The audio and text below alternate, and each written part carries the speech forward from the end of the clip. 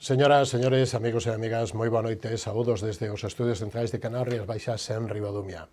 Este é o último Falemos deste ano, non quedan máis martes, 30 de decembro de 2025. Tocarános moito de analizar todo este ano e cos diferentes invitados. Estaremos analizando a política do Concello de Outes co exalcalde e portavoz de Compromiso por Outes, Manuel González. Mediante un tripartito gobernou desde as eleccións de maio do 23 hasta o pasado mes de febreiro, donde unha moción de censura lle devolveu a alcaldía ao Partido Popular. Con el vimos a falar e a facer balance non só da súa xestión, sino deste ano, destes 10 meses de xestión do Partido Popular no Concello de Outes. Estará connosco tamén para analizar a situación do marisqueo, da agrupación de parquistas de carril, máis conocida técnicamente como OPP 89 de parquistas de carril, José Luis Villanueva. Hai unha guerra aberta, a guerra entre comillas aberta, e unhas diferencias que se veñen manifestando nos últimos tempos entre a agrupación de parquistas e a cofradía e a agrupación de parquistas. Ven a falarnos da situación e da excepcionalidade que ten esta agrupación de parquistas, a produción, lóxicamente, de todo o marisqueo, tamén da situación que se xerou con este peche das naves de clasificación que tiñan no Ferrazo e que lle xeran, lóxicamente, trastornos e malestar. E con todo isto analizaremos a situación do 2025 e as perspectivas para o 26 de agrupación de parquistas da Ameixa de Carril, para que nos entendan todos vostedes. E abrimos este turno de entrevistas e de análisis para falar de emprego, para falar de relacións laborais, co secretario xeral de Emprego e as Relacións Laborais, con Pablo Fernández. Moi boa noite, benvido, como estamos, Pablo? Boas noites, moi ben. Pablo pertenece e é o secretario xeral de Emprego e as Relacións Laborais da Consellería de Emprego, Comercio e Emigración. E estábamos botando contas que vostede estaba a principios de ano, alá polo mes de febreiro deste ano, e estamos rematando o ano. Quedan uns días, non sei se ten todos os datos a man, porque algúns se coñecerán a semana que ven ou estes días, pero me gustaría que neste entorno de Navidad, primeiro preguntarlle que eu vexo algo navideño pola condición familiar, sí. E que tal estas Navidades? Pois moi ben, disfrutando cos meniños na casa, teño un fillo de 3 anos e unha meniña de 5 anos, pois enchen de felicidade e de ilusión todos os fogares, polo tanto, disfrutando destas datas, os nerviosismos, a apertura de regalos, as cabalgatas, o tempo coa familia, as comilonas, como sabemos pasar as Navidades aquí en Galicia, disfrutando dos seres queridos. Pero vostede é deportista tamén, non? Bueno, hombre, hai que facer algo, se queres, abusar un pouquiño da mesa, pois primeiro hai que queimar unhas enerxías e facer algo de deporte, que sempre ven moi ben. Algo de gasto enerxético. Hai que facer algo de gasto enerxético. Bueno, sí. entramos de cheo. Que nota lle pondría a xestión e os datos deste ano e logo entramos en detalle dentro das súas competencias? Bueno, eu prefiro que a nota que non lo poñan os cidadáns, o que sí podo refrendar é con cifras e con datos, que estamos nos mellores datos históricos desde que hai rexistros en canto ao paro en mínimos históricos. Desde o ano 96 nunca tuveramos tan pouco paro en Galicia. Concretamente, temos 111.000 persoas desempregadas e somos a segunda comunidade a nivel estatal cos mellores datos interanuais, porque sí que é certo que os datos do desemprego ou do emprego hai que velos cunha perspectiva temporal media, non podemos falar solamente do que pasou contra respecto ao mes anterior, que ainda así tamén é positivo, pero os datos o que nos din é que estamos nun pico histórico de xeración de emprego, de alta demanda de profesionais, e polo tanto creo que son moi bons datos. 111.000 persoas en desemprego, cando hai escasamente 13 anos, cando estábamos pola crise, tiñamos máis de 275.000 persoas en desemprego. Por lo tanto, en 13 anos Galicia foi capaz de descender en máis de 165.000 persoas o desemprego. Iso é fruto dunhas políticas activas cercanas, dun mercado laboral inclusivo, dinámico, e que, os tempos acompañan, os empresarios xeran emprego e os cidadáns están dispostos a traballar e a contribuir á nosa sociedade. Por lo tanto, creo que os datos son satisfactorios. Bueno, logo sí que iremos vendo as diferentes bueno, pues axudas, liñas de promoción, liñas de apoio para revertir esta situación dende a Xunta de Galicia e das súas competencias. Pero con estes datos que vostede acaba de decir, estamos en torno ao 8% do paro, non? Correcto, sí. En Galicia. Bueno, non é un mal dato, ojalá fora paro cero, non? Sí. Ou ver aí equilibrio. A cuestión é que lle plantexo é que, ademais, se acaba de coñecer que os maiores de 55 teñen a tasa superior ao resto dos colectivos. E non sei se me preocupa pola edad, pero tamén polo segmento no que estou, pero preocupa desde o punto de vista de que aquí hai talento, hai experiencias, hai moitas cousas, hai capacidade, hai cultura de traballo. Correcto. E este colectivo que se vexa nos últimos anos da súa vida, pois como un pouquiño de lado ou rexeitado, ou que teña, digamos que, menos posibilidades de acceso ao mercado laboral, non sei como se ve e, despois do análisis que vostede faga, que se pode facer desde as administracións. Lóxicamente, hai certos sectores ou colectivos prioritarios no desemprego, non? Por suposto, os maiores de 52 ou 55 anos é un ratio preferente para nós, pero tamén os menores de 30, claro, o sector femenino, pois son colectivos que, lóxicamente, pois teñen certas dificultades ou maiores dificultades que o conxunto pois para integrarse no mercado laboral. Que estamos facendo? Pois destinando axudas específicas para que estas persoas poidan entrar no mercado laboral. Axudas en contratación, axudas económicas para que as empresas que contraten este tipo de personas, a estes colectivos, pois que teñan unhas ventaxas económicas para fomentalo. Pero eu creo que é super importante a formación. Creo que temos que apostar por unha formación e porque a persona que estea en desemprego pois estea adaptada ao que demanda o empresario hoxe en día.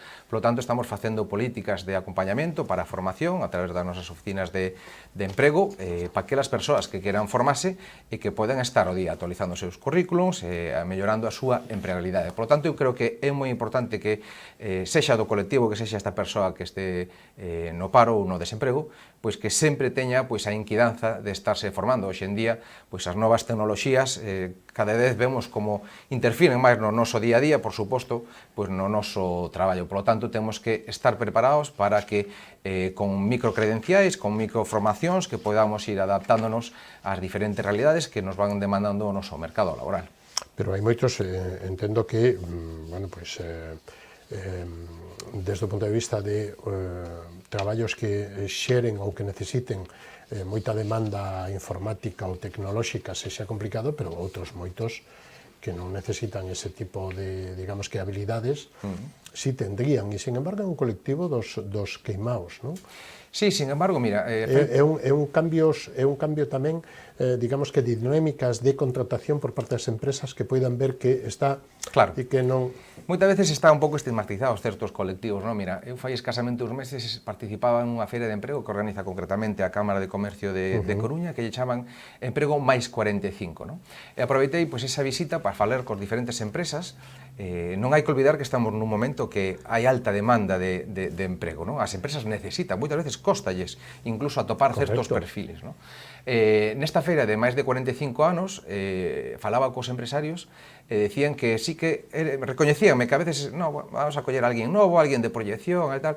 Sin embargo, ante a falta de profesionais, decidiron ir a este tipo de sector. Están todos contentísimos, dábanse contas de que estaban cometendo un erro, pois desbotando un colectivo super preparado, e que ti decías moi ben, ¿no? Comprometido con esa cultura do esforzo, claro, desde fai moitos anos. Entonces estas empresas dicían que o resultado de contratar a unha persoa maior de 52 anos, neste caso de 45, pois lle era moito máis rentable que outra, pois que ten que formalo, que ten que, bueno, pois oye, ten outra cultura do esforzo, que bueno, buscan outras características do traballo, e estaban moi contentos. Por lo tanto, o que animo pois, os empresarios é que, ante a falta de forza laboral, oye, aquí hai un nicho, hai un colectivo que está desempregado que é moi útil e que seguro que... Que na maioría dos casos ten 30 anos de experiencias. Pues seguramente, sí. E compromiso, ¿no? Que é moi importante. Claro, ¿no? Actitude con C, ¿no? Que moitas veces a aptitude... Claro. Pues, e que eso non quere decir que non haxa xuventud, ou que non haxa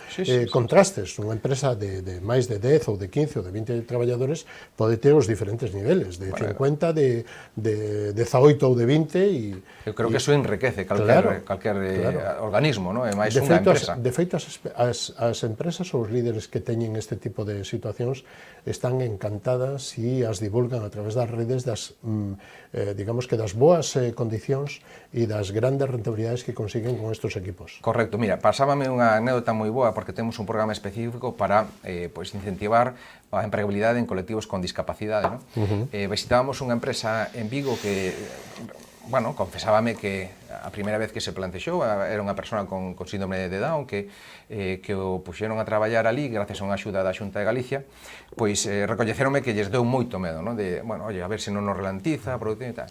Gracias a incorporar esa persona, a unión que hubo en toda a plantilla foi moito maior, porque... De apoio, non? Oye, pues todos vamos con Daniel, vamos a ir xunto del, vamos a axudalo, oye, que tal, como vai, todo, ao final, creouse un clima, unha empresa moito máis productiva, pois, con unha persoa con discapacidade. Por lo tanto, creo que é un bo exemplo, pois, para poñer en valor. E, polo outro lado, vimos as que empezan entre 16 e 30 anos, como se pode axudar aí, porque incluso aí hai un colectivo importante, uns 100 e pico mil, con veciños, que ademais teñen un hándicap que non teñen formación, non teñen estudios e tampouco teñen experiencias. Sí, nós aí o que estamos facendo é poñer axudas á contratación da miña primeira experiencia, non? O sea, contratos formativos, non? Porque creo que é importante, moitas veces falando coas empresas, nos din ou nos contan que a veces contratar unha persoa xoven que non ten experiencia, pois que incluso ellos unha carga, non? E aparte deso, pois, lóxicamente hai que cotizar por eles, e todos os custes laborais que conleva ter un becario ou unha persona en prácticas dentro da empresa. Por lo tanto, nós o que facemos desde a Xunta de Galicia é a empresa decir, non te preocupes, nos, a administración, facémonos cargo dos gastos que tendes como empresa para contratar a esta persona, dalles 9 meses, damoslle entre 9 meses e un ano facemos axudas para a contratación destes xóvenes, e o que vemos é que gracias a estas axudas, despois de que pase este ano de contratación subvencionada pola administración pública, os empresarios están contentos e quédanse con eles, porque tuveron todo un ano para testalos, probalos, tamén a persona que traballa a ver se lle gusta, se o seu traballo, ou se continúa estudiando, e, pois, gracias a eso, afianzar e consolidar ese posto de traballo de maneira indefinida. Bueno, e casi pechamos un pouquiño o tema do paro e os datos de absentismo que falábamos deles hai 10 meses, porque estaban un pouquiño tamén de moda nese momento nos medios de comunicación e ás veces deixamos un pouco e nos leva o día a día e deixamos un pouquiño, digamos que o fondo e nos quedamos un pouquiño máis nas formas e tal. O absentismo sigue sendo un problema laboral en España, en Galicia e na maioría da sociedade, non? Sí, é un problema de competitividade das nosas empresas, non? Bueno, nós aí témolo estudiado, estámoslo estudiando con as universidades de galegas, estámoslo elevando ao diálogo, ao seo do diálogo social para que participen tamén a patronal e os sindicatos, porque creo que son as dúas patas que teñen que aportar e de quen depende todo este tema do absentismo, e lóxicamente pois é unha lacra que temos que intentar minimizar. Cando digo lacra, digo o absentismo non xustificado, non? Porque lóxicamente hai un absentismo que é xustificado, lóxicamente temos uns dereitos laborais adquiridos, que todos estamos de acordo con eles, pues, baixas de maternidade e paternidade, agora que estamos nestas datas, cando ten unha enfermidade, lóxicamente todos queremos pues, coñernos os nosos días de descanso, non? Pero sí que estamos detectando pues, que estamos por riba da media, non? Aí temos que actuar desde 3 puntos de vista, non? Nós como administración temos que mellorar pues, a nivel de listas, a nivel de probas, de axilización de resultados médicos. Aí, lóxicamente, nós temos que ser capaces de mellorar ese aspecto. Pola parte social, pola parte dos sindicatos, da forza laboral, lóxicamente, pois, oye, non podemos premiar a esa persoa que se abstén do seu traballo, o que ao final o que está facendo é sobrecargar os compañeros. Eso non se pode premiar, eso ten que estar castigado, lóxicamente, ou mal visto, ao menos. Mal visto. E despois os empresarios tamén teñen que poñer da súa parte, teñen que o clima laboral mellorar. Nos, de cara ao ano que ven, podemos anunciar que vamos a elaborar unha nova estrategia de benestar laboral, centrado en axudar as empresas a que melloren pois, as condicións laborais dos seus empregados. Hoxe en día, cando unha empresa ten que facer entrevistas, antes o primeiro que fai 15 anos, o primeiro que lle preguntaba é que salario vou a ter, cal vai a ser o meu estatus, bueno, eso cambiou, eso mudou totalmente. Ahora o primeiro que lle preguntan é canto de flexible vai ser o horario, non? Cando vou a ter as vacacións? Bueno, pois agora os xóvenes queren outro tipo, vou poder viaxar, non? Valoran outras situacións, non? Pois agora, pois o que temos que axudar desde a Xunta de Galicia que as empresas, pois, se adapten á nova realidade. Pois, oye, con horarios flexibles, con teletraballo, con maneiras de conciliar, non? Porque se queren ter fillos, lóxicamente, pois agora traballamos os dous nunha casa. Pero non todos os sectores e todas as empresas admiten ese tipo de posibilidades. Aí está o reto, non? Aí está o reto e temos que intentalo e temos que favorecer. Eu te diría que en poucos sectores non se pode adaptar. Oye, flexibilizar a hora de entrada coa salida, ter unha capacidade de oye, non hai que teletraballar todos os días, por mellor un día sí, o día non, bueno, hai que dar facilidades. Combinacións. Sí, lógicamente. Combinacións que sean complementarias e que axuden, porque se a empresa non lle vai ben, lógicamente, o traballador non ten futuro. Eso está claro, que o traballador ao final é o músculo da empresa, non? Además, hoxe en día, tes que ter tanto de vista como empresario, tes que ter de vista os teus clientes como cuidar os teus traballadores, lógicamente. Son os teus principais comerciais que tes na empresa. Por lo tanto, creo que é moi importante apostar por políticas de benestar laboral no seo da empresa. Don Pablo, deixamos as empresas, deixamos os traballadores por conta allea, vamos aos traballadores por conta propia, chamados autónomos. Cal é o plan de axudas, cando van a salir as novas axudas de cara a este ano 2026, porque xa o 25 estamos despedindo, e contenos un pouquiño, digamos que aquí vai haber expectativas, porque vai interesar, o resto interesou, pero isto tamén vai interesar a moito da nosa audiencia. Claro que sí, como fixémolo por primeira vez o ano pasado, que foi sacar nunha única orden de axudas todas as axudas autónomas conxuntamente, no ano 26 faremos o mesmo, non? A mediados do mes de xaneiro do 26 sacaremos un DOGA, un boletín oficial de Galicia, publicando pois as 5 líneas de axudas que temos para os autónomos galegos, non? Empezando pola de promoción de emprego autónomo e cota cero, que tamén poñíamos en marcha por primeira vez no ano 23, e trátase dunha axuda de casi 30 millóns de euros que destinamos pois, a máis de 7.000 autónomos en toda Galicia, primeiro para axudalos nos gastos de iniciación do seu posta en marcha do seu negocio, gastos de alquiler, gastos notariales, gastos de compra de maquinaria, etcétera, etcétera, non? Tamén temos a chamada cuota cero. Nos cubrimos durante o primer ano pois o que o Goberno do Estado pois sigue cargando nos empresarios, nos autónomos, que pois a cuota de seguridade social. Nos facemos a cuota cero, que son ese 80 euros mensuais durante un primer ano, e como novidade, este ano vamos a sacar unha segunda cuota cero para aqueles negocios vinculados ao territorio, é dicir, aqueles negocios pois que xeran no rural, emprego, e que están en actividades pois que nós consideramos que tardan un pouco máis en viabilizar os negocios. Estamos falando de agricultura, de silvicultura, de forestal, bueno, vimos dun ano de incendios, vemos o importante que é ter xestionado o territorio, por lo tanto, a estes autónomos vamos a apostarlle por un segundo ano de cuota cero, pero seguiremos invertindo coa orden de remuda. Aquí temos moita horta, temos moito viño, temos moito forestal, gandeiría un pouco menos, pero a esos sectores sí que lles vai afectar o que, digamos que o que teña negocio ou o que emprende, por primeira vez, o que se dá de alta, estamos falando de cuota cero, isto vai destinado aos que se dan por primeira vez de alta. Lógicamente aquí na zona do Salnés, do Barbanza, o sector primario é moi potente, industria, mar industria, pois lógicamente é un sector moi potente. Nós queremos apostar polo emprendemento ligado ao territorio, ese emprendemento que se queda aquí, que xera, pois que se ubica as persoas no territorio, que xera negocio aquí, e que non ven un fondo de inversión e que compra a empresa, pois que se a leva por outro lado e aquí nunca existiu, non? Pois ese territorio é o que necesitamos para manter vivo o noso rural. E temos máis órdenes de axuda, por exemplo, temos a de nova oportunidade, que para darlle pois unha axuda entre 7.000 e 8.000 euros a esas persoas que fracasaron como autónomos, pois hai que darlle unha segunda oportunidade, hai que dignificar o fracaso, sobre todo no mundo empresarial, non? Por lo tanto, temos unha orden de 1,5 millóns de euros destinados a axudar a que volvan a intentalo, porque, lóxicamente, todo o mundo tropeza ao largo da vida, e esa xente non pode quedar atrás, e temos esta orden para para axudalos. O de relevo xeracional, non? Que é unha orden que sacamos por primeira vez o ano pasado, que tuvimos 67 proxectos que apoiamos este ano e que funcionou moi ben, porque son proxectos que non encontran relevo familiar, non teñan ao mellor uns fillos que sigan non sigan o relevo dos seus pais. Correcto. Pois son panaderías, son talleres de automoción, son electricistas, son, bueno, de todo tipo de negocios que é moi importante. Granxas, adegas, etc. Xusto, que é moi importante que estén no territorio, non?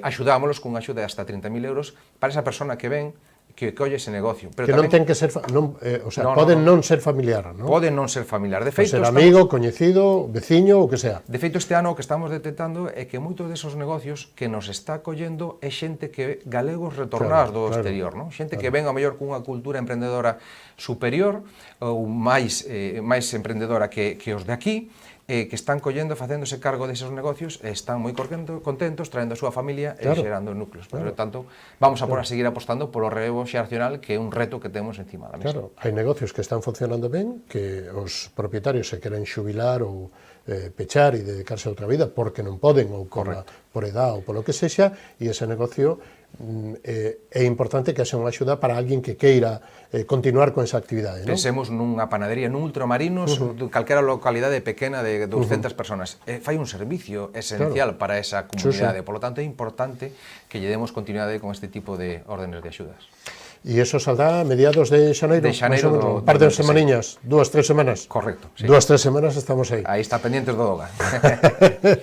Bueno, posicionamento da Xunta ante a política do Goberno en relación aos autónomos. Que valoración me fai vostede, señor Fernández, señor Pablo? Que temos claramente o posicionamento da Xunta de Galicia, que estamos con políticas activas, axudando, con cota cero, facilitando, desburocratizando aos autónomos, aos empresarios, e vemos o Goberno Central pois que vai sacando de semana así e outra tamén pois novas medidas para pois seguir apretando económicamente os empresarios, reduccións de xornada, incremento de cuotas á Seguridade Social, o sistema de Verifactum, que ahora o poñemos e ahora non, ahora conxelamos se temos ciclo electoral, conxelamos as cuotas se non seguimos, bueno, o que lle pediría... Vaya líos. Claro, o que lle pediría ao Goberno Central é que deixe de atacar o 98% das unidades empresariais que hai en España, que son micropymes, non? Son os autónomos son os que están pois levantando e xerando emprego pois no noso país. Entonces eu creo que hai que intentar fomentar a creación de novos autónomos, novas altas, e os que están pois que contraten, non? E non afogalos con máis e máis impostos, con máis e máis requerimentos legais, que ao final o que desincentiva o mercado de emprego autónomo. Galicia suma talento. Emprégate, isto que ven sendo? Que plan ven sendo isto? Son órdenes de axuda e incentivos á contratación. Son, por exemplo, pois axudas a empresas para eses colectivos que falábamos ao principio da conversa, para eses colectivos prioritarios, non? Fai pouco, mira, visitaba aquí a empresa Tuneura, que aquí en Vila García, que o ano pasado pois foi beneficiaria de 5 axudas de contratación de colectivos prioritarios como traballadores, non? Habrían contratado pois a 2 mulleres en sectores masculinizados, contrataron 2 persoas de maiores de 52 anos e un menor de 30 anos. E son axudas pois que, por un lado, axudan a empresa a apostar por uns colectivos que ao mellor non estaban pensando en contratar, e que axudan a esas persoas que están en colectivos prioritarios pois a incorporarse ao mercado laboral. Son 20 millóns de euros que poñemos encima da mesa para este tipo de contratos, por lo tanto, creo que é unha axuda pois, que tamén saldrá no mes de xaneiro, un poquinho máis tarde que das de autónomos, e que vai a facilitar a que moita xente hoxe está desempregada, pois que se poda incorporar ao mercado laboral. Vostede ven falando nestes últimos instantes de axudas ao emprendemento, pero hai unha estrategia, e me gustaría que separara un pouquiño, porque aquí hai un dos polos de emprendemento que está tendo moito éxito, que é o de Vilanova de Arousa, e que colle moito territorio en torno ás dúas beiras da ría de Arousa e tamén na ría de Pontevedra. E que papel están xogando os polos de emprendemento? Porque xa non só é axuda económica, sino digamos que orientación e formación ou encauzamento para consolidar un negocio, non? Ou un proxecto. Efectivamente, a Xunta de Galicia pois somos a administración competente en emprendemento. Este ano, fai escasamente un mes, facíamos unha reflexión, xuntábamos a todo o ecosistema emprendedor. Que é o ecosistema emprendedor? Pois somos as administracións autonómicas, as provinciais, os ayuntamientos, os concellos, tamén o asociacionismo, as fundacións, hai empresas privadas que traballamos no emprendemento, cun propósito claro. Eu creo que somos conscientes de que moitos estamos facendo moitas cousas e moitas veces de maneira descoordinada, non? Cos mesmos recursos, se nos coordinamos, creo que podemos chegar a máis e de mellor maneira aos nosos emprendedores. Por lo tanto, o que fixemos foi crear esa rede de emprendemento, que lle chamamos Ultrella Galicia, a rede de Ultrella Galicia de emprendemento, que o que tratamos é de coordinarnos, non?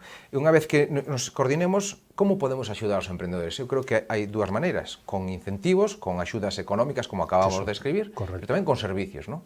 E dentro deses servicios, por eso Europa nos premiou como Galicia Rexión Emprendedora 2025, recoñeceunos pois ese esforzo que estamos facendo, de darlle un servicio aos autónomos, aos emprendedores, que non existía, porque ti eres un desempregado por conta allea, podes ir a unha das nosas 53 oficinas de emprego, pero ti eres autónomo e non tiñas un sitio público gratuito onde ir. Por eso creamos esa rede dos 15 polos de emprendemento, que ao final é unha oficina da Xunta de Galicia, onde hai 2 técnicos especializados en emprendemento que te asesoran gratuitamente. Ti vas ali, contaslle o teu proxecto, axúdante, que non cho fan, axúdanche a facer un plan de empresa, un plan económico, e recomendanche, pois, oye, pois eu tiraría por aquí, eu faría isto, tes esta orden de axuda, nós non sustituímos, por suposto, unha xestoría, unha administrativa, pero nós o que facemos é asesorar e consolidar e viabilizar ese proxecto emprendedor. Por eso puxemos en marcha o polo de Vilanova, que, como moi ben dís, abarca toda a comarca do Salnés, da Barbanza, da Ría da Arousa. Pois este ano levamos 265 personas asesoradas. Son proxectos que si antes... Son 200 e pico empresas potenciais. Correcto. Autónomos que se dan de altas, que xeran o seu autoemprego e que posiblemente a curto prazo pois estén contratando máis xente, non? E que están xerando actividade económica no noso territorio. Por lo tanto, estamos moi contentos co desenrolo do noso polo. Eu invito a aquel que teña unha idea, pero non só unha idea de emprendemento, un autónomo, un empresario que este consolidado e que diga, quero abrir unha nova línea de negocio, ou quero internacionalizar, vou ir ao polo de emprendemento de Vilanova, que me asesore, que me guíe e que me abra pois novas portas. Creo que está funcionando moi ben. Falamos dos traballadores por conta allea, falamos dos autónomos. Quedanos outra forma, ou digamos que a relación que sería o cooperativismo, non? Estamos nunha zona onde as principales cooperativas agrarias están, e as cooperativas do mar e as cooperativas agrarias, vale? No viño temos as grandes cooperativas, Martín Codas, Anesur, etc. Na horta temos a outras moitas, non quero xa mencionar, senón pasamos aquí todo o día, e, lóxicamente, as outras cooperativas que poidan estar en outros sectores ou no do mar. Que axudas? Cal é o plan de apoio da Xunta previsto para o ano 26 sobre este sector? Bueno, o primeiro que quero destacar é que pichamos o 25 como o ano internacional do cooperativismo, non? Bueno, eso supuxo, pois, superar varias barreras. A primeira, pasar de 2000 cooperativas en Galicia, que era un fito histórico que non levábamos moitos anos sin conseguilo, e chegamos a conseguilo. Máis de 200 creadas no último ano. Eu quero poñer en valor a fórmula da economía social, da cooperativismo, porque ao final pois poñen as persoas no centro, non?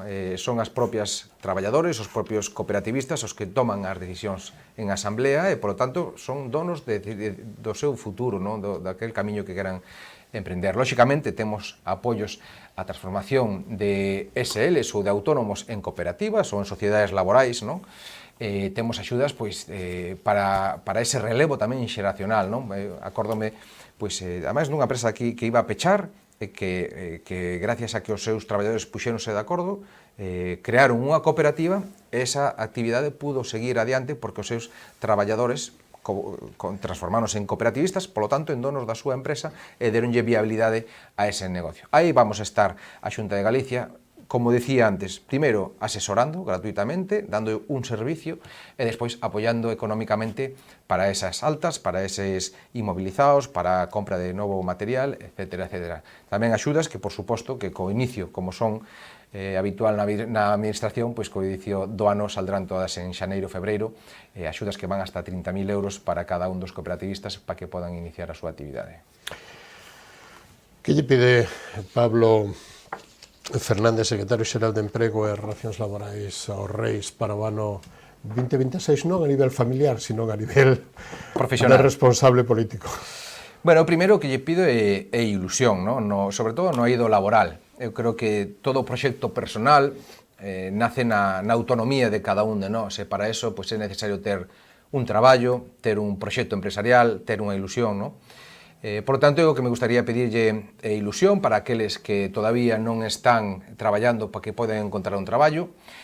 Para eso estamos na administración, para axudar, como acabo de dicir. Para aqueles que queran mellorar a súa situación laboral, gustaríame tamén con ilusión pedir que esa xente que se esté formando, que poida avanzar, que poida mellorar a súa situación.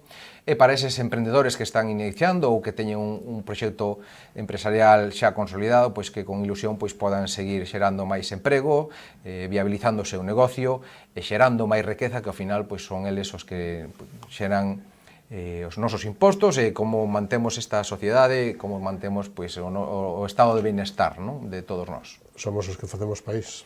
Lóxicamente, entonces, vostede andaba por aí daquela, non? Sí, eu fui autónomo durante 12 anos, e sei moi ben o bonito que é, o duro tamén a veces, esa montaña rusa que temos que ir superando, entonces, ahora desde a parte da administración o que me corresponde é axudar neses valles, en neses picos, estorbar o menos posible, que a administración estorba o menos posible, e deixarlles que crezcan, que sexan felices e que xeren riqueza no noso país.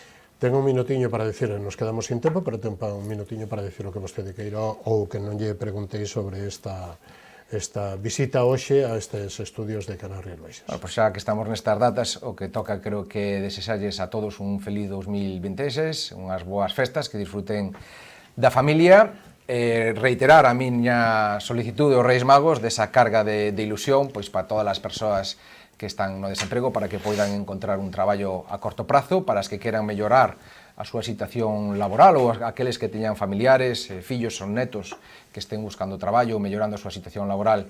Desde a administración vamos a intentar axudalos con estes mecanismos que acabamos de describir para poñeros en valor e, sobre todo, moita felicidade para todos, cos vosos seres queridos e que sexades moi felices durante o ano 26. Pablo Fernández, un placer contar con vostede nesta edición de Falemos para pechar o ano 25. Bo Nadal, boa Navidad, feliz Navidad, e que o ano 26 traiga moitos éxitos para vostede, que serán vos, lóxicamente, para todos os autónomos e traballadores. Bo traballo, que será bo para todos. Moitísimas gracias. Moitísimas gracias. Nos vamos a publicidade, da man dos patrocinadores, volvemos nun instantiño e recibimos a José Luis Villanueva, presidente de Parquistas de Carril. Non o perdan, será dentro de instantiño.